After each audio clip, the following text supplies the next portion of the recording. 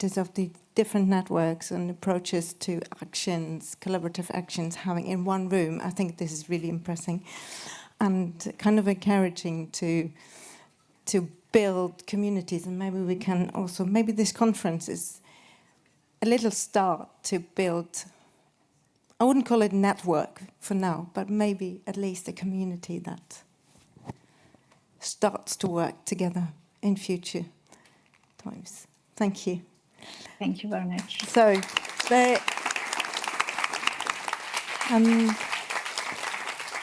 now, I mean, I said it already, the day has been long and very rich, I think, and now it gets even richer. And it's my pleasure to welcome our last, or for today, our last Provocation speaker, Sunny Dolat, joining us from Kenya. Welcome, Sunny.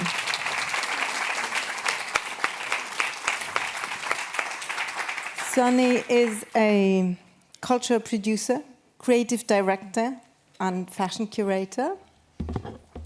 As the co-founder of the Nest Collective, which is again a collective, so it kind of connects to the panel that we have just had. He actively promotes art and culture in Kenya. He challenges social and political issues and is particularly concerned in his work with Africa's place in global and cultural debates and dialogues. So I hand over to you. A very warm welcome in Berlin. Thank you. Perfect. Thanks. Good evening, everyone. It's such an honor to commune and conspire here with you this evening. It's certainly a little bit of pressure to close out what's been an amazing day. It's also a tad bit intimidating to be in a room with such incredible educators. It has me second-guessing my decision to escape academia, but anyway.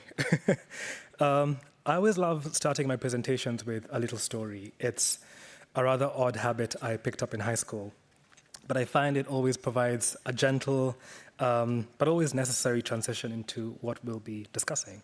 So allow me to start with a little story. A couple of years ago, I traveled to Addis Ababa for a scoping visit. There'd been a lot of talk about Ethiopia turning into the next manufacturing destination of the world, with China looking to start outsourcing some of their manufacturing work to Addis, but also for China, a sort of broader move to rebrand what Made in China means. From a state perspective, the government was making all the right moves to position Ethiopia as the next manufacturing hub, offering various incentives to foreign manufacturers to set up in Ethiopia. And it was certainly working. Fast fashion giant H&M had set up an office by then, and this was back in 2016. PVH had also started doing some of their manufacturing in Ethiopia. So I was really curious to see and understand some of these strategies and progress points. So over the period of a week, we visited a couple of factories producing leather goods, and garments. And it was really encouraging to see some key lessons from other manufacturing regions being implemented. For instance, we saw this one factory that was recycling all of its wastewater, every single drop, which is very encouraging. I also have to say that I saw some of the most beautiful and stunning leather I've ever seen. It was supple and buttery, and treated using some really, really incredible techniques. But one conversation during one particular visit stuck with me.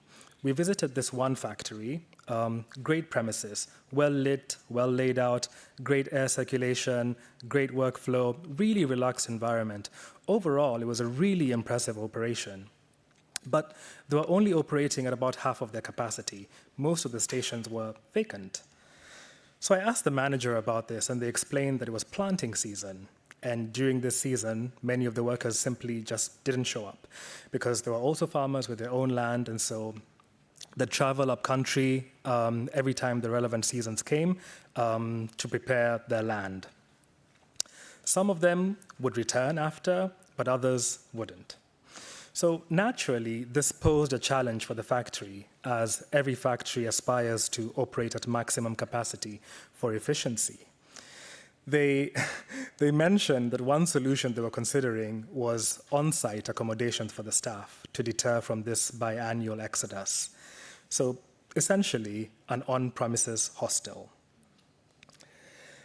That statement concerned me deeply for obvious reasons, because this scenario has played out before in many factories, and the endings have not always been great. And I couldn't help but ask myself, why is the first thought always to contain your employees, limiting their actions and controlling their lives? How can these oppressive methods still be justified in the service of efficiency and maximizing outputs? We know that these methods do not work in the short and long term. Beyond the overt moral bankruptcy, even consumers are increasingly rising up against and boycotting clothes that were made by suffering workers and forced labor. But more and more, it's becoming evident that sacrificing people to get profit is why so much is falling apart. The business world is slowly, eventually, getting the message. We're seeing much more investment in keeping businesses alive as opposed to mindless expansion. The methods people are leaning towards are people-led, people-centered, and people-first. Profit is no longer king. It does not sit alone on a throne. It instead has joined a committee of other values and sits at the table with them. So in this light, what if we were to reconsider our definition and practice of efficiency? What if, for instance, instead of resisting the cultural practices that sector workers ascribe to, we actually embraced them? What if this factory devised a way to adapt their production schedules to allow workers time off during planting and harvesting seasons? Yes, it'll probably be challenging and even inefficient, but I strongly believe, and increasing data backs this belief, that it could lead to an increased worker satisfaction and retention, ultimately resulting in increased production capacities. If trained and experienced workers who loved their work and were motivated to stay were kept instead of lost every planting season, what new heights could this factory scale? What would happen if we thought about efficiency a little differently? Yes, we must be extremely efficient in production processes and material consumption to stop unnecessary waste during this part of the cycle as regards product. But what if with people, we started to prioritize things like, dare I say, happiness or joy? But I don't think capitalism likes or is interested in the idea of happiness, particularly that of employees. So maybe a term better understood within a capitalistic framework is job satisfaction. Across Africa, we find ourselves at a fascinating juncture where multi-generational artisanal traditions that are centuries old coexist with, or even overlap, the hungry and futuristic ambitions of industrialization. However, these moments can be fraught with tension due to the stark disparities in values between artisanal work, and the mass processing of industrialization. In manufacturing, for instance, artisanal workings place a high value on patience, embracing slower and contemplative processes that acknowledge and honor the resources we consume as a way of conferring layers of value and preciousness into the end product. This enables the end consumer to treat it with more care, revere it when used, and even sometimes pass it on to someone else to use, who also has years of love and care added to the precious gift that appreciates in value because of time. Conversely, industrialization demands the prioritization of speed and apparent efficiency in the creation of mass identical outputs, with the stated intention being affordability and greater access by larger numbers of people. Ironically, there's little regard to the waste generated in the process, both in raw materials and process ingredients such as energy, water, and more. The end product is rarely as highly regarded, and is easy to discard after a few years. One of the things that I find truly special about the fashion space in Africa is that every designer I've met over the years does all their production either in-house within their own ateliers or somewhere else in-country. And what this means is that all these designers have direct oversight over their production lines. They have direct relationships with their employees. They know their names, they know their families, they know their ambitions, they know their strengths, and they know their weaknesses. At a time when manufacturing is increasingly veiled to hide gaping oversights, especially in the global north, where the invisibility of manufacturing only perpetuates the guilt-free overconsumption of clothing, the approach that we see on the continent is a welcome alternative that allows us to see who and how our clothes are being made. I want to be really careful to also hold space for the significant frustrations of producing in Africa. There's nothing utopian about it. Those same designers can also give you a long list of challenges, starting with arbitrary power cuts to inordinately high taxes on importation of raw materials, to the constant retraining of artisans on new techniques, because most learning is by informal apprenticeship methods. But still, these designers persist because it's become increasingly clear that the systems that were long peddled by the West are broken, and that perhaps our systems were right all along, inefficient as they may be. Returning to the theme of efficiency, we've somehow been persuaded that the need for speed is paramount, so much so that some retailers are even contemplating drone deliveries in the near future, promising shop to door within an hour, replacing the one accepted day-long wait. I recall the days when eagerly anticipating a new episode of Sex and the City meant waiting the whole week until Friday at 9 p.m., whereas nowadays, streaming services offer up entire seasons for us to binge in one go, leading us to consume them in a day or two, or sometimes even an afternoon, which makes the wait for the next season almost unbearable. Then, of course, there's the short video format of TikTok and Instagram Reels, which has completely obliterated what little remained of our attention span, to the extent that many people nowadays find it challenging to sit through an entire movie. We have, unsurprisingly, become wildly impatient. In response and resistance to this panting impatience, the slow, deep breathing of an intriguing parallel and necessary patience and intentionality is resurging, being embraced by designers and retailers alike. One example is Nigerian footwear brand Kerele. Based out of Lagos, they make all of their footwear on pre-order basis, taking up to 2 weeks to produce.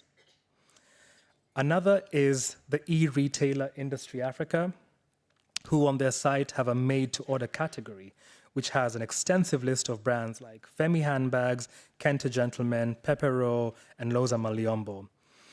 All of these products and all of these brands take anywhere between 2 to 4 weeks to produce a single item. And so you have to learn to be patient. What's really incredible about these cultures of made to measure is that this has always been our idea of mass market fashion. Fashion that's available to the masses, but only on a needs basis. I'd like to jump a little bit to education, because education undoubtedly plays a role in shaping and inspiring a necessary reevaluation of the essence of what it means to be a designer and the values that are prioritized. One aspect that has consistently struck me, particularly when observing students coming from the global south who pursue their studies in the global north, is the glaring disparity between the education they receive and the actual dynamics and principles of the environments in which they're likely to operate. It comes as no surprise that I've witnessed numerous exceptionally talented designers embark on their educational journeys at some of the world's most esteemed design institutions, only to return home and face insurmountable challenges when attempting to establish their practices. This abrupt transition from a world where they have unfettered access to state-of-the-art equipment and expertise to one where such resources are suddenly scarce is a stark reality. Moreover, they find themselves ill-prepared to navigate the unique challenges of their home contexts, such as coping with issues like power outages or load shedding if you're in South Africa, inconsistent water supply, lack of, say, state-of-the-art equipment, or slightly more complex matters, such as the ins and outs of personnel management, like working with artisan communities, where things like age and gender inform and affect the kinds of interactions that can be had person to person.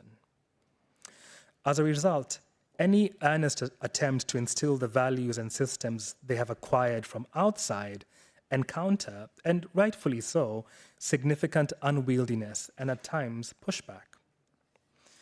Eventually, they're confronted with two choices. The first, to adapt, albeit reluctantly, to the changed prevailing conditions, or the second, to reluctantly again, relinquish their design aspirations and seek alternative career paths.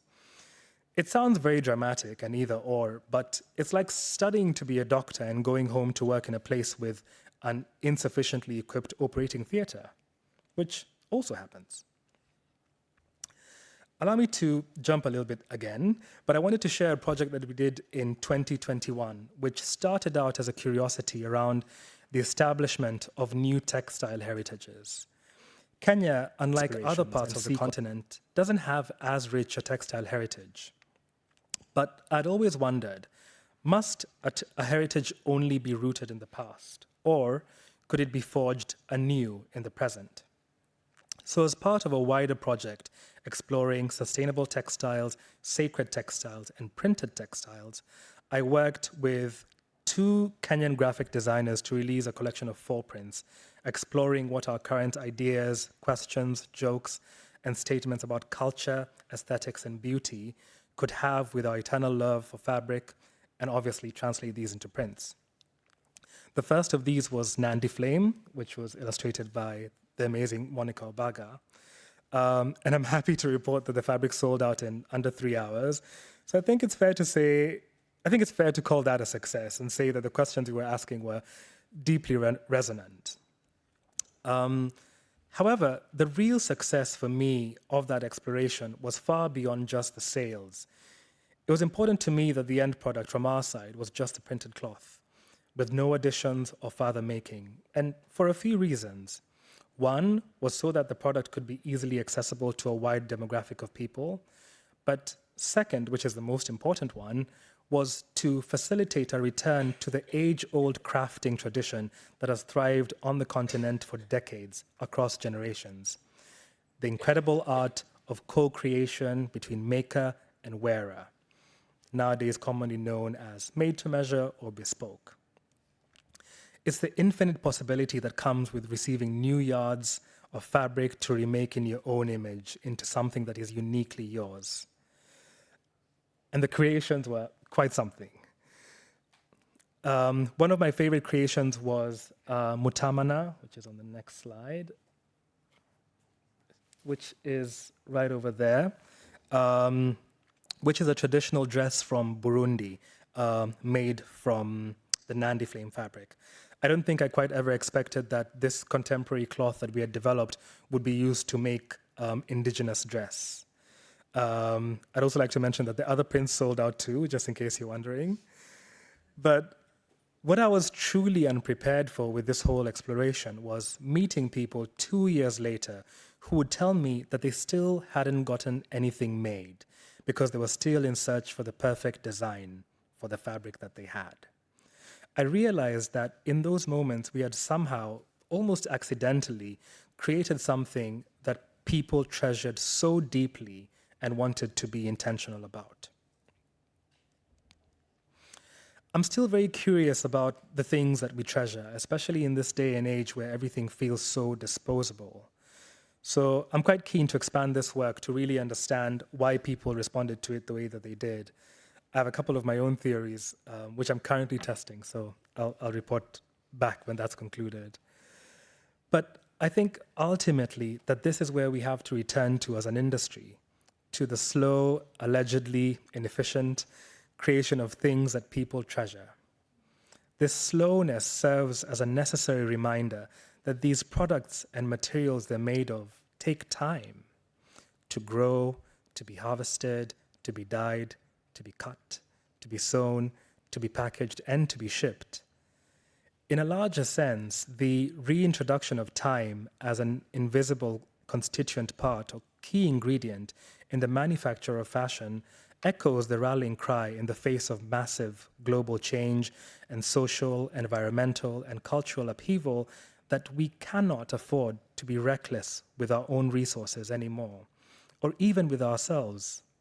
Both the human and animal and plant and fungi and all beings on our planet, as we become more painfully aware that these resources we have access to are finite. Thanks.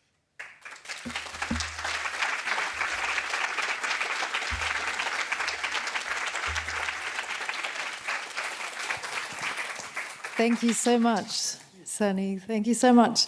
For bringing attention also to the temporal dimension of degrowth that we haven't talked enough about today. So not just the spatial, but the temporal. Thank you so much for joining us from Kenya and for your words. Thank you all so much for your rich contributions to today. Really everyone for your participations in the sessions, for holding the sessions.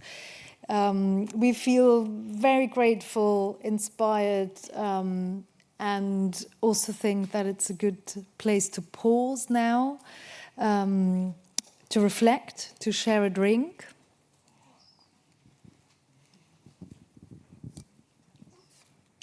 Hello? Yeah. Okay.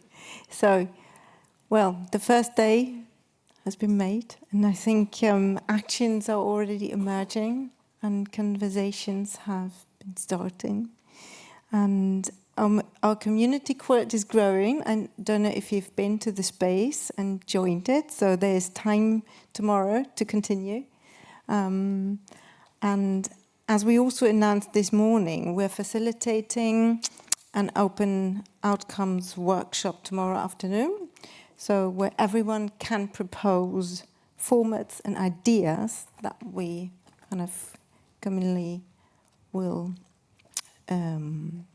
work on together. So everybody's invited to join us and still raise ideas. There are some at the, I don't know if you've passed the poster, where you can just sign in, write ideas, what could be a possible action that we can take from tomorrow. So please join us there. So tomorrow, you can look forward again to a rich, tight day of 3 provocations. 1 panel, 1 film session, walks, 2 collaborative sessions, and we will have lunch with designer Maciej Szmara, who is also working in our building, who will bake bread in our courtyard. And also, I would like to invite you again to the first floor to our podcast booth. Everybody, please leave your thought there, that we have everything recorded. Maybe Moritz, can you again, this guy is in charge of it. Room number 101. So, this day. Thank you all very much for today, and I would say see you at the bar, which is just over there.